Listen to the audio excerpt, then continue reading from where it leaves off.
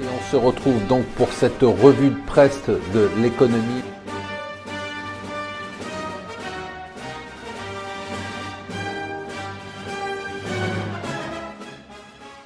Bonjour et bienvenue sur Mon Financier pour le Morning Zapping du jour. Nous sommes le 18 avril.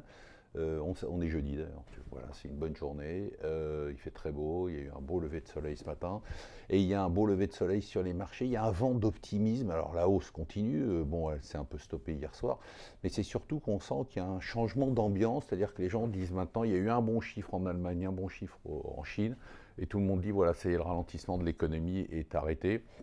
Bon, vous connaissez mon opinion, hein, sur le débat conjoncturel ou structurel. Les gens qui disent ça, c'est que ce sont des gens qui raisonnent encore en conjoncturel. Moi, je raisonne en structurel. Je pense que le ralentissement de l'économie, il n'est pas conjoncturel, il est structurel.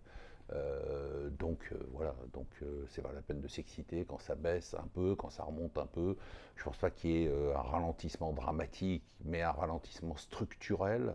Et je pense pas qu'il y ait un rebond spectaculaire. Alors ce qui a rassuré, c'est bien évidemment les chiffres chinois, mais comme ils sont faux, on ne peut pas les croire. Les gens se disent, ça y est, c'est reparti en Chine, la chute est arrêtée. Alors c'est vrai que les autorités chinoises mettent énormément d'argent dans le circuit. Les autorités chinoises, elles font vraiment du stop and go, c'est-à-dire que quand elles s'angoissent pour l'endettement, elles ferment les robinets, et puis quand ça va très bien, quand ça va très mal, pardon, elles lâchent des vannes. En ce moment, elles pensent que ça va très mal, et donc elles lâchent des vannes. Puisqu'on parle de la Chine, parlons du deal, ça y est, c'est fait, hein, on y est, hein, au deal commercial. On vous a toujours dit qu'il y aurait deal commercial.